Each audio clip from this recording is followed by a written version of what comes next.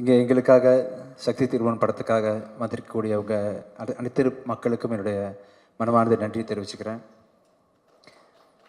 25 படம் இது வரைக்கும் ஆயிருக்குன்னு சொல்கிறாங்க. என்னால் இப்போவும் நம்ப முடியல. இப்போ தான் ஜீவா சங்கரோட டைரக்ஷனில் நான் படம் ஷூட்டிங் ஆரம்பித்த மாதிரி இருக்குது. நேற்று சட்டுன்னு பார்த்தா 25 படம். ஆக்சுவலி இந்த 25 படத்தோட கவுண்ட் வந்து பார்த்திங்கன்னா ஃபுல்லாக ஹீரோ நடித்த படத்தெல்லாம் சேர்க்கல. அவங்க அந்த கிழக்கு கடற்கரை சாலையை பார்த்துருக்கீங்களா? நான் ப்ரொஃபஸராக ஆக்ட் பண்ணியிருப்பேன்ல, பார்த்துருக்கீங்களா? ஆமாம். அதான் அந்த படம். ஆர்ட் ஸ்டுடியோவில் அப்பேர் பண்ணது, சாந்தனு படத்தில் நான் கெஸ்ட் ரோல் பண்ணது, சின்ன சின்ன படங்களில் நடித்த கெஸ்ட் பெர்ஃபார்மன்ஸ்லாம் சேர்த்து 25 கவுண்ட் வந்திருக்கு. ஐ திங்க் நான் வந்து ஒரு 20-19 பண்ணியிருப்பேன்னு நினைக்கிறேன். ஸோ எனிஹவ் எல்லா படமும் சேர்த்து 25 படமாக ஆயிடுச்சு. ஆமாண்ணா. அது 25வது படம் வந்து உங்கள் படமாக இருக்குன்னு சொல்லிட்டு நான் கண்டிப்பாக கனவுல கூட நினச்சி பார்க்கல பிரபு. அதான் நிறைய இடங்களில் சொல்லியிருக்கேன், நான் இது மாதிரி உங்கள் கூட ஒர்க் பண்ணுவேன்னு தெரியாமலே எல்லா இடத்துலையும் எனக்கு பிடிச்ச படம் வந்து அருவின்னு தான் சொல்லியிருக்கேன். அந்த மலைப்பு போகாத அளவுக்கு வாழும் ஒரு ஒண்டர்ஃபுல்லாக பண்ணியிருந்தீங்க. ஒரு நாள் நான் வீட்டில் இருக்கும்போது ஒரு மெசேஜ் வந்துச்சு. ஆக்சுவலாக அருண் பிரபு கிட்டேருந்து உங்களை பார்க்கணும் சார், உங்க கூட படம் பண்ணணும்னு சொல்லிட்டு. சத்தியமாக நம்பவே இல்லை பிரபு, நீங்கள் எனக்கு தான் மெசேஜ் பண்ணீங்கன்னு. விஜய் தேவரகொண்டா சில இன்டர்வியூவில் சொல்லியிருக்காரு, மச்சான் வா படம் பண்ணலாம் அப்படின்னு கேட்கும்போது, இல்லை மச்சான் நான் வரேன் மச்சான்னு சொல்லியிருப்பீங்க. நீங்கள் தான் வந்து பிஸியாக இருக்கேன், இல்லை அந்த கதை மேட்ச் ஆகலைன்ற மாதிரி உங்கள் பதிலெலாம் சொல்லியிருக்கீங்க. ஒருவேளை விஜய் தேவரகொண்ட அவருக்கு போடுற மெசேஜ் எனக்கு தெரியாமல் போட்டிங்களோன்னு நினச்சி பார்த்தேன்.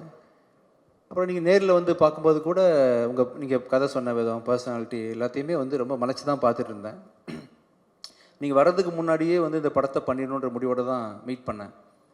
ஃபஸ்ட் ஆஃப் சொல்லும்போது வேறு லெவல் பட்ஜெட்டு. இந்த படத்தில் வந்து நான் வழக்கமாக மீடியம் பட்ஜெட்டாகவே பண்ணி பழக்கப்பட்டேன்னா வந்து இந்த படத்தை பண்ண முடியுமான்னு என்னால் வந்து நோன்னு சொல்ல முடியாது. வந்து கேட்குறது அருண் பிரபுவாச்சு, சரின்னு ஒத்துக்கிட்டேன். கதை வேறு பயங்கரமாக இருந்துச்சு, ஒரு வழியில் பண்ணி ஆகணும்னு சொல்லிட்டு செகண்ட் ஆஃப் கேட்டு முடித்தேன். எனக்கு கதை புரியல. ஏன்னா ஃபுல்லாக அரசியல் பொறுத்த வரைக்கும் பெரிய அறிவுலாம் எனக்கு கிடையாது. சரி ஏதோ அருண் பிரபு தானே சொல்கிறாரு, கண்டிப்பாக அறிவியலில் நிறைய அரசியல் பேசியிருப்பார், மக்கள் சார்ந்த அரசியல் நிறைய இருக்கும் அவர்கிட்ட அப்படின்னு சொல்லிட்டு நானும் பண்ணிடலாம். பொருள் செலவு ரொம்ப.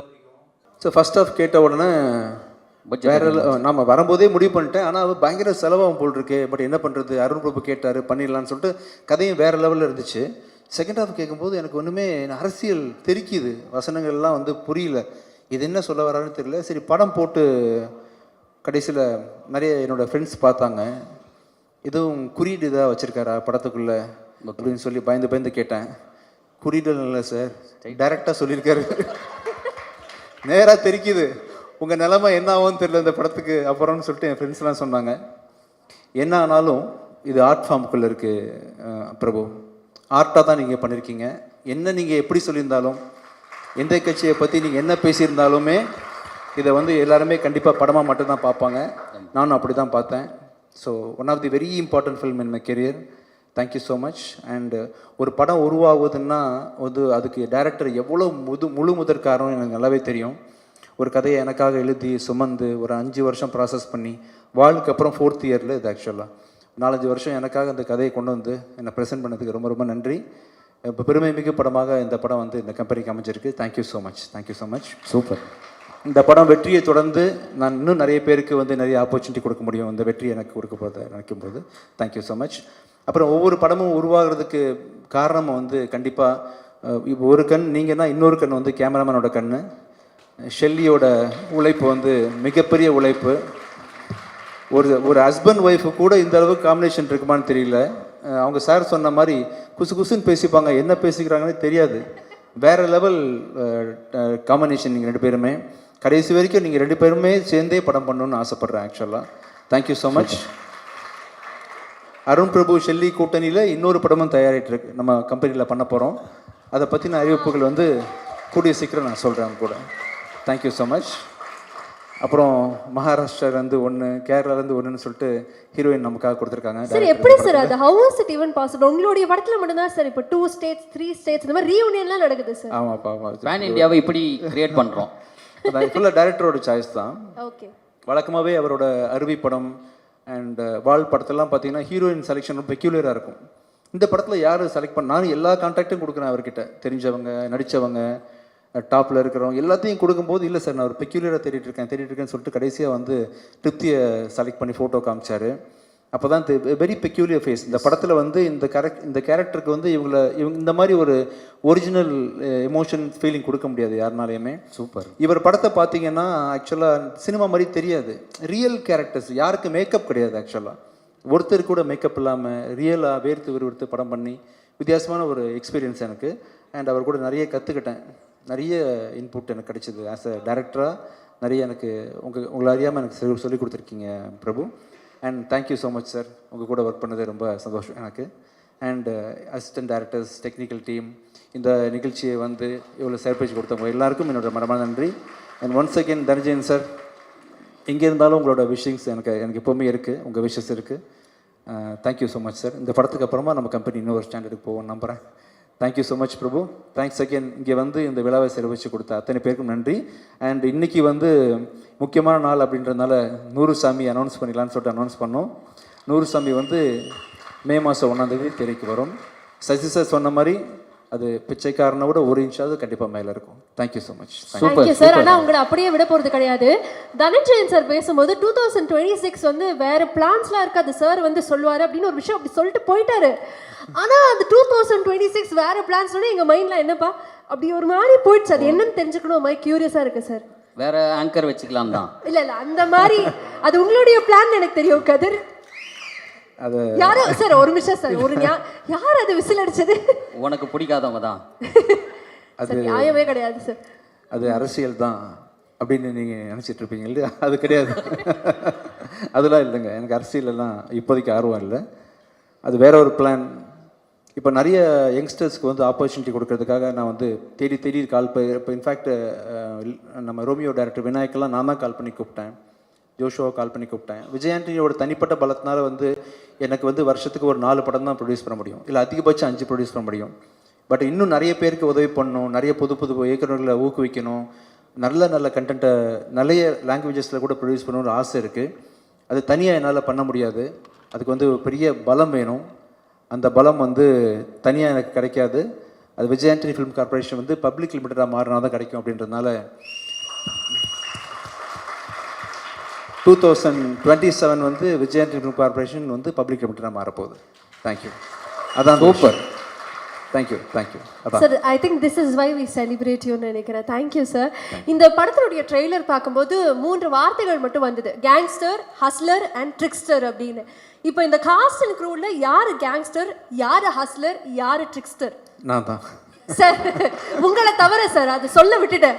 இங்கேயா? இங்கே உங்களை தவிர நம்மளுடைய காஸ்ட் அண்ட் க்ரூவில் வந்து எல்லாருமே அவரும் தான் சார். கேங்ஸ்டர் ஒருத்தங்க, ட்ரிக்ஸ்டர் ஒருத்தங்க, ஹஸ்லர் ஒருத்தங்க கொடுக்கறோம்னா என்ன சேர்க்க கூடாதா? உங்களை சேர்க்க கூடாது சார். நீங்க கேம்லயே இல்ல, ஆட்டத்துல யாரெல்லாம் வச்சுக்கலாம் சொல்லுங்க நீங்க. ஆமா, யார் வேணா படத்துல எல்லாம் 2 அழகான பொண்ணுங்க இருக்காங்க, அவங்களையும் சேர்த்துக்கிறோமா அதுல? சேர்த்துக்கலாம் சார். என்ன பிரபு என்ன சொல்றாங்க? அவங்கள பார்த்து எப்படி சொல்றது இந்த மாதிரி? என்ன பார்த்தே சொல்லுங்க. வாய்சன், தேங்க்யூ ஸோ மச் வாய்சன், நல்லா பாடுனீங்கப்பா. தேங்க்யூ. ட்ரிக்ஸ்டர் கேங்ஸ்டர்லாம் நான் தான் ஆக்சுவலி திருடன் இருக்கிறதுலையே. நீ அங்கேருந்து செலக்ட் பண்ண சொல்கிறீங்களே எப்படி? அவங்கள பாவம்ப்பா கம்பேரிட்டிவ். Okay sir. இப்போ வந்து நாங்க வந்து சர்ட்டே கேட்டிருந்தோம், இந்த நியோ பொலிட்டிக்கல் ஃபிலிம் அப்படின்னா என்னென்ன உங்களுடைய பார்வையில் சொல்லுங்கன்னு நீங்க சொல்லணும்னு ஆசைப்படுறோம்.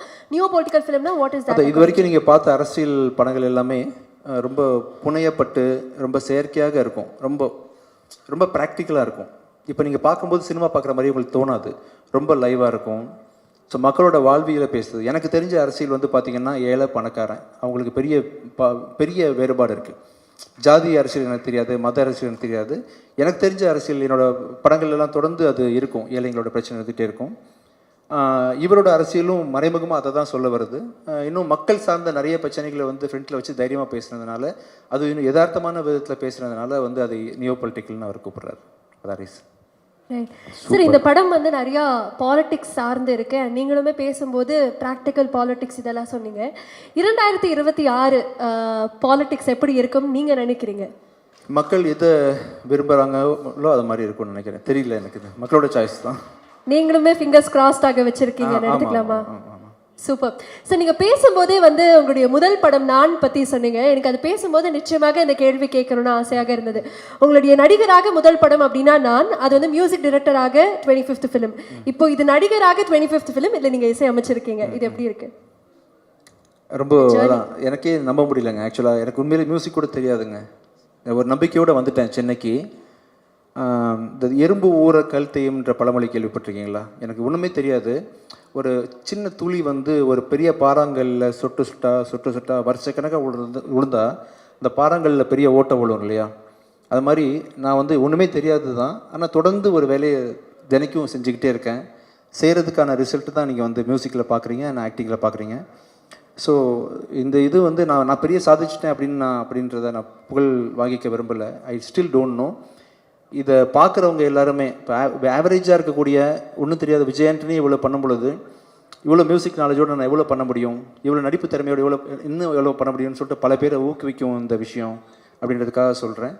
அண்ட் இந்த 25 இயர்ஸ் ஜேர்னின்றது பார்த்திங்கன்னா தொடர்ந்து நான் செய்கிற அந்த முயற்சி தெரிஞ்சுக்கணும் அப்படின்ற ஒரு மெனக்கெடல் தான் அப்படின்னு நினைக்கிறேன் ஆக்சுவலாக.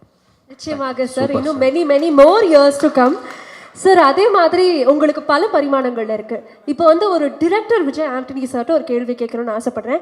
டிரெக்டர் விஜய் ஆண்டனி அவர்களுக்கு நடிகர் விஜய் ஆண்டனி அவர்கள்ட்ட என்ன விஷயம் ரொம்ப பிடிக்கும்? நடிகர் விஜய் ஆண்டனியை பிடிக்காது எனக்கு ஆக்சுவலாக. சார் பிடிச்ச ஏதாவது ஒரு விஷயம் இருக்கும்ல? இல்லை, டைரக்டராக நான் வந்து என்ன பெருசாக காஸ்ட் பண்ண மாட்டேன். பட் அன்ஃபார்ச்சுனேட்லி பிச்சைக்காரன்ற பிராண்டுக்கு நான் நடித்தா தான் பிச்சைக்காரன் ஆகுதுன்றதுனால பிச்சைக்காரன் 2 என்னை வச்சு டைரக்ட் பண்ணிட்டேன். பிச்சைக்காரன் இல்லாமல் இன்னொரு கதை பண்ணுறதா இருந்தால் I will be definitely choosing somebody else. அதான் டைரக்டர் விஜய் ஆண்டனிக்கு வந்து விஜய் ஆண்டனி பற்றி என்ன ஒப்பீனியன். சரி அப்போ ஹீரோ விஜய் ஆண்டனி அவர்களுக்கு டிரெக்டர் விஜய் ஆண்டனி அவர்கள்ட்ட பிடிச்ச ஒரு விஷயம் இப்படி கேட்கலாமா? Outstanding director. தேங்க்யூ. சரி சார், அப்புறம் இப்படி கேட்குறேன் சார். ப்ரொடியூசர் விஜய் ஆண்டனி அவர்களுக்கு டிரெக்டர் விஜய் ஆண்டனி அவர்கள்ட்ட என்ன பிடிக்கும்? பொறுப்பு செலவு பார்க்க மாட்டான், அதான் பிரச்சனை. கண்ணு மண்ணும் தெரியாமல் செலவு பண்ணுவான், கேர் பண்ணிக்க மாட்டான் பட்ஜெட் பற்றி. கண்டென்ட் தான் முக்கியம் நினைப்பான். அதனால் ப்ரொடியூசர் விஜய் ஆண்டனி. ஆமாம், கொஞ்சம் கவலை தான். Okay sir. சரி சார், நீங்கள் வந்து இப்போ ரொம்ப நேர்மையாக பதில் சொல்கிறீங்க. அதே மாதிரி உங்களுடைய மனசாட்சி இங்கே வந்தால் எப்படி இருக்கும் அப்படிங்கிறத பார்க்குறோன்னு ஆசைப்பட்றோம். ஸோ நான் வந்து சில கேள்விகள் கேட்க போகிறேன். உங்களுடைய மனசாட்சியாக வந்து நம்மளுடைய கதிர் அவர்கள் இருக்க போகிறாங்க. ஸோ நீங்களும் ஒரு பதில் சொல்வீங்க. உங்களுடைய மனசாட்சி என்ன பதில் சொல்லுது அப்படிங்கிறத வந்து நாங்கள் பார்க்க போகிறோம். ஏற்கனவே ஒரு 30 கேள்வி கேட்டீங்க. சரி, வேணாம். மனசாட்சி அண்ணனோட மனசாட்சி க்ளோஸ். ஓகே. அப்போ இவ்வளோ நேரம் நான் தெரிய மாட்டேனா? கேட்டுடா, மனசாட்சி ரெடியா நீங்க? கண்டிப்பா. ஓகே. ஆனால் உங்கள் மனசாட்சியா ஒரு 2 நிமிஷம் இருந்துக்கிறேன். சரிப்பா. சார், இப்போ வந்து ஒரு இசை அமைப்பாளராக விஜய் ஆண்டனி அவர்களுடைய மியூசிக் வந்து 90s கிட்ஸ்க்கும் பிடிக்குது, ஜென்சிஸ்க்கும் பிடிக்குது இல்லையா? ஆனா இப்ப இருக்கக்கூடிய ஜென்சி மியூசிக் டைரக்டர்ஸ் 90s கிட்ஸ்க்கு பெருசா பிடிக்கிறது இல்லை. என்ன காரணம்? உங்களுடைய மியூசிக் படி எப்படி எல்லா ஆடியன்ஸையும் கவர் பண்ணுது? 90s கிட்ட நீ அதை சொல்லிடு, ஏன் பிடிக்கலன்னு. என்னுடைய மனசாட்சியா இல்ல, அவருடைய மனசாட்சியா? 90s கிட்ஸ்க்கு பிடிக்கலையா? உங்களுடைய மியூசிக் எல்லாருக்கும் பிடிக்குது சார். ஓகே. ஆனா 90s கிட்ஸ் அட்ராக்ட் பண்ற மாதிரி இப்போ இருக்கக்கூடிய மியூசிக் பெருசா இல்ல அப்படின்னு சொல்லி சொல்றாங்க. இல்லை, பிடிக்க தான் செய்யுது. நிறைய பேர் என்கரேஜ் பண்ணி கேட்குறோம். நம்ம அனிருத் மியூசிக் கேட்குறோம், இமான் மியூசிக் கேட்குறோம், சாய் பெங்கர் கேட்குறோம். நல்லா தானே இருக்குது எல்லாமே. நல்லா இருக்கு. ஓகே. மனசாட்சி நீங்க அதான் நல்லா இருக்கு. அவரே சொல்லிட்டு அப்புறம் மனசாட்சி மட்டும் வேறையா சொல்ல போகுது. நல்லா இருக்கு. என்ன கோத்து விடலான்னு பார்க்குறியா? சரி, ஓகே சார். நீங்கள் வந்து நிறைய புது முகங்களை இன்ட்ரடியூஸ் பண்ணிட்டு இருக்கீங்க இல்லையா? அந்த மாதிரி அடுத்தடுத்து என்னென்ன விஷயங்கள் காத்துட்ருக்கு சார்? புது டைரக்டர்ஸ், புது கண்டென்ட்ஸ் தான். நிறைய பேர் வந்து முடிஞ்ச வரைக்கும் இந்த விஜய் கார்பரேஷன் ப்ரொடியூஸ் பண்ணுற படங்களில் 90% வந்து நியூ டைரக்டர்ஸ் இருக்கிறதுக்கு ட்ரை பண்ணுறேன். அதான் மனசில் இருக்குது இப்போதைக்கு. சார், இப்போ பொதுவாக சினிமான்னு எடுத்துக்கிட்டோன்னா சில டெர்மினாலஜிஸ்லாம் பயங்கர ட்ரெண்டாக இருக்குது. இப்போ ஃபார்ஸே வந்து ஒரு pan Indian film, universal film, இல்லை ஒரு யூனிவர்ஸ் கிரியேட் பண்ணுறது, மல்டிவர்ஸ் கிரியேட் பண்ணுறது, அந்த மாதிரி. ஸோ விஜய் ஆண்டனி அவர்களுடைய யூனிவர்ஸில் நீங்கள் ஒரு 4 நடிகர்களை வந்து உள்ளே சேர்த்து நடிக்கணும் அப்படின்னா அந்த 4 நடிகர்கள் யாராக இருப்பாங்க? கதிர் கண்டிப்பாக. சார், கல்யாணியும் ஆக்ட்ரஸ் தானே, அதனால் உங்களையும் சேர்த்துக்கிறேன். Okay sir. 2 இது இல்லாமல் வேறு யார் இருக்கா?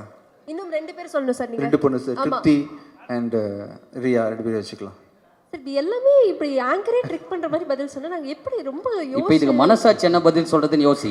ஓகே, மனசாட்சி சொல்லுங்க. இல்ல, நியாயமா பேசுறாரு. அப்புறம் என்னது கதிர்னு சொல்லிட்டாரு. அப்புறம் அதுக்கு மேலே மனசாட்சி பேசுற வாய்ப்பே இல்லை. இவங்க 2 பேரும் ஒரு பிளானிங்கோட இருக்காங்கன்னு நினைக்கிறேன். But anyways Vijay Antony sir ஒரு பெரிய பெரிய பெரிய நன்றி. எனக்கு வந்து ரொம்ப நிறைவான ஒரு தருணமாக இது ஃபீல் ஆகுது. Before I say a big thank you to you, உங்களை பத்தி ஒரு சில மீம்ஸ் மட்டும் காத்துட்டு இருக்கு, அது மட்டும் பார்த்துடலாமா? கண்டிப்பா, ஷூர். எஸ்.